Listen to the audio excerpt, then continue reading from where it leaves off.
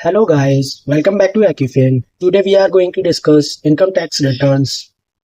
आज हम बात करेंगे इनकम टैक्स लॉ में इनकम टैक्स का रेलिवेंस क्या है और इनकम टैक्स रिटर्न आपको कब फाइल करनी है। देखिए गाइस, एक्यूफिन आपको आज असिस्ट करेगा इनकम टैक्स के रिगार्डिंग। आज हमें मेजरली तीन कंपोनेंट को मेजरली कवर करना है, एक इनकम, दूसरा टैक्स और तीसरा रिटर्न। देखिए, इनकम टैक्स में आपकी इनकम पर जो सरकार टैक्स वसूलती है वो आपकी जो आपने इनकम कमाई होती है उस पर टैक्स लगाती है सरकार, और जिसको लॉ में माना जाता है कि ये आपने इंडिया में अर्न की है, या फिर कोई ऐसी इनकम जो आपने इंडिया के बाहर अर्न की थी लेकिन वो इनकम आपने डायरेक्ट जो है ना रिसीव की इंडिया में, तो उस भी इनकम को भी इंडिया में टैक्सेबल कर दिया जाएगा।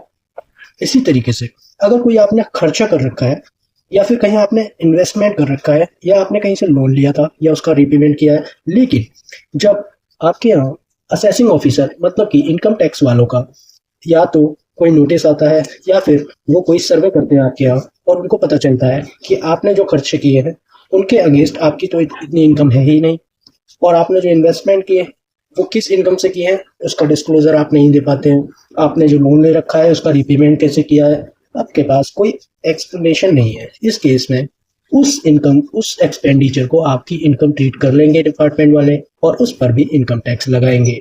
इसी तरीके से अगर आप कोई बिजनेस करते हैं और उस बिजनेस में अगर आप अपनी इनकम को या प्रॉफिट को अंडर रिपोर्ट कर देते हैं, इसका मतलब है कि आप अपनी सेल्स को दबाते हैं, छिपाते हैं, फेक इनवॉइसेस इश्यू करते हैं, या फिर आप बिना इनवॉइसेस के आप अपनी सेल करते हैं, या फिर आप अपनी प्रॉफिट को कम दिखाते हैं या लॉस बुक करते हैं।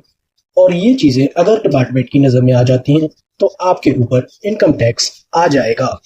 इसी तरीके से अगर आपका कोई बैंक अकाउंट या कोई फॉरेन एसेट्स है जो कि विदेश में है, इस केस में आपकी इनकम उस बैंक अकाउंट से मानी जाएगी और उस एसेट से जो भी आपको इनकम होगी वो इंडिया में टैक्सेबल हो जाएगी अगर आप रेजिडेंट इन इंडिया हैं तो। इसी तरीके से ब्लैक मनी के ऊपर एक कानून लाया गया और ब्लैक मनी में जो भी इनकम आपके ऊपर पाई जाएगी अनडिस्क्लोज्ड इनकम, उसके ऊपर सरकार आपको टैक्स लगाएगी और इसे भी इनकम टैक्स में आपकी इनकम माना जाएगा। अब अगर आपके ऊपर कोई केस चल रहा है इनकम टैक्स में, जैसे कि आपके ऊपर कोई सर्च हुआ, दैट इज रेड हुआ, और कोई सर्वे हुआ या कोई असेसमेंट चल रहा है, असेसमेंट जैसे कि आपसे कोई इंटीमेशन आई, प्रोसेसिंग हुई, आपकी जो आईटीआर आपने फाइल करी उसमें कोई गलतियां पाई गई, मिसमैच पाए गए और उनका आपके पास एक्सप्लेनेशन नहीं है जिससे हमारा असेसिंग ऑफिसर सेटिस्फाई हो सके। इस केस में जो इनकम का डिफरेंस आएगा उसे आपकी इनकम मान लिया जाएगा। इसी तरीके से अगर आपका केस स्क्रूटनी में आ गया सेक्शन 143(3) में, तो उस केस में आपकी जो डिफरेंशियल इनकम होगी उसको भी इनकम माना जाएगा।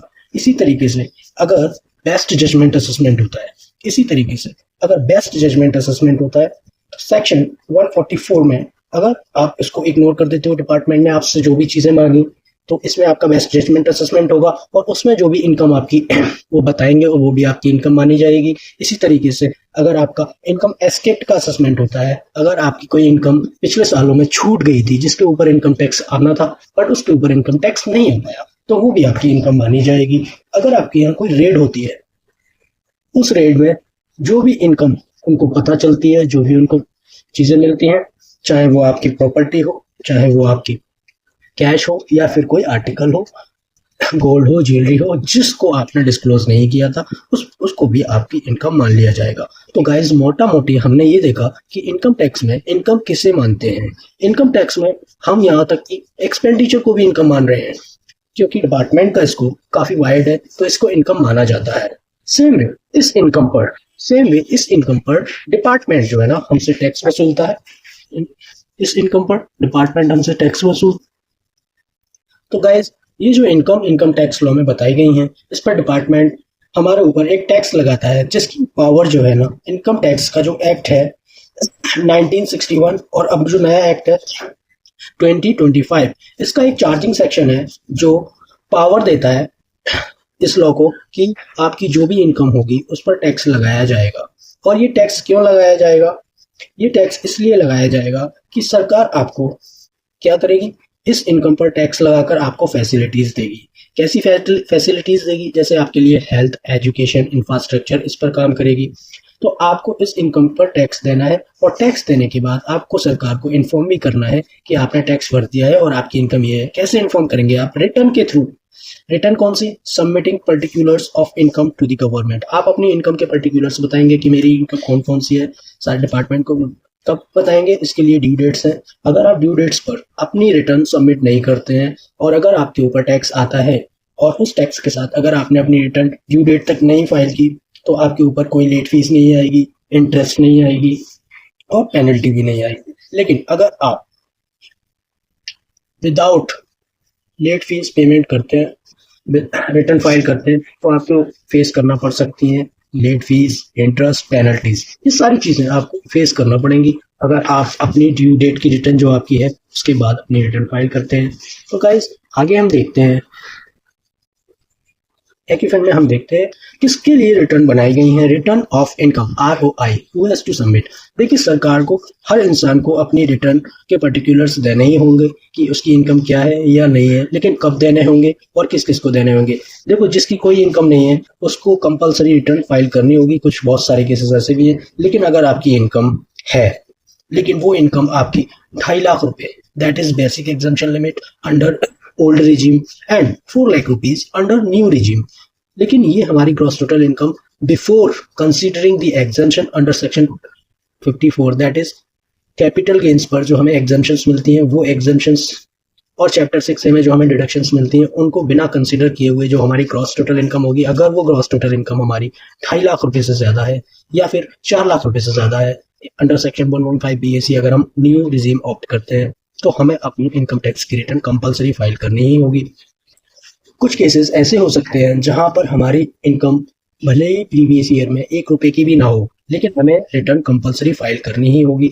जैसे कि कंपनी, फर्म, LLP या फिर हमारी कोई फॉरेन एसेट इंडिया के बाहर है या कोई बैंक अकाउंट है। इस केस में भी अगर हमारी इनकम पिछले साल कुछ भी नहीं थी, इवन 0 थी, तो भी हमें रिटर्न फाइल करनी होगी। और ये वाले केसेस हम आगे भी देखते हैं, जैसे कि इवन 0 इनकम तब भी हमें अपनी रिटर्न फाइल करनी ही होगी।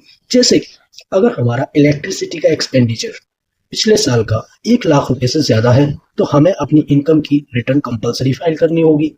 अगर हमने पिछले साल फॉरेन ट्रेवल किया है और उसका खर्चा 2 लाख रुपए से ज्यादा का है, ठीक है, अलोंग विद फैमिली और एज इंडिविजुअल, अगर हमारा खर्चा फॉरेन ट्रेवल पर 2 लाख रुपए से ज्यादा का हुआ है तो हमें अपनी रिटर्न की इनकम फाइल करनी होगी, इवन दो हमारी इनकम 0 क्यों ही ना हो।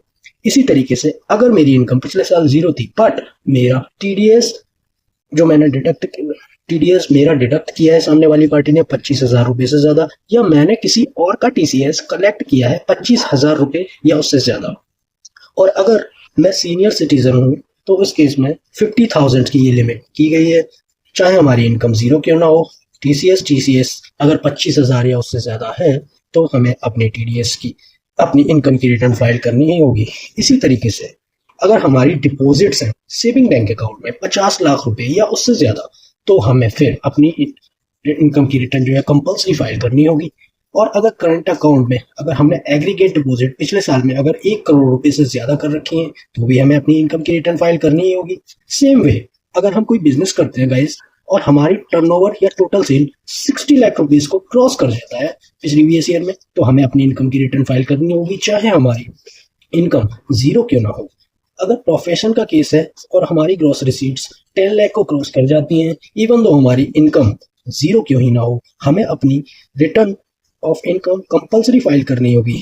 इसी तरीके से कुछ एंटिटीज हैं जैसे कि बिजनेस ट्रस्ट, इन्वेस्टमेंट फंड्स और रिसर्च एंड डेवलपमेंट इंस्टीट्यूट्स जो है अंडर सेक्शन 35 में जो आती हैं, इन लोगों को अपनी रिटर्न कंपलसरी फाइल करनी होगी। इसी तरीके से कंपनी, फर्म, LLP, इन लोगों को भी अपनी ROI जो है ना कंपलसरी फाइल करनी होगी। अब हमारी जो ड्यू डेट्स क्या है ROI की 1 और 2 की ड्यू डेट्स 31 जुलाई होती है, और अगर हमारी 3 और 4 ITR फॉर्म जाएगा, और अगर हम नॉन ऑडिट वाले एसएससी हैं, मतलब कि मेरा ऑडिट नहीं होता है अंडर इनकम टैक्स लॉ और एनी अदर लॉ, तो भी मेरी डेट 31 जुलाई रहेगी। इन केस ऑफ ऑडिट मेरी जो रिटर्न ऑफ इनकम की लास्ट ड्यू डेट होगी वो 31 अक्टूबर हो जाएगी। अगर मेरा केस ट्रांसफर प्राइसिंग का है तो मेरी जो रिटर्न की ड्यू डेट है वो 30 नवंबर होगी। इसी तरीके से गाइस अभी हम आगे बढ़ते हैं और अभी हमने इतना समझा, आगे भी हम देखते हैं कि क्या हो सकता है, रिटर्न कौन सा फॉर्म डिफेक्टिव हो सकता है, कौन सा फॉर्म हमें चूज करना चाहिए। ऐसे ही वीडियोस को देखने के लिए हमें फॉलो करें, सब्सक्राइब करें, लाइक करें, कमेंट करें। फिर मिलते हैं गाइस अगले वीडियो में। Thank you, bye bye.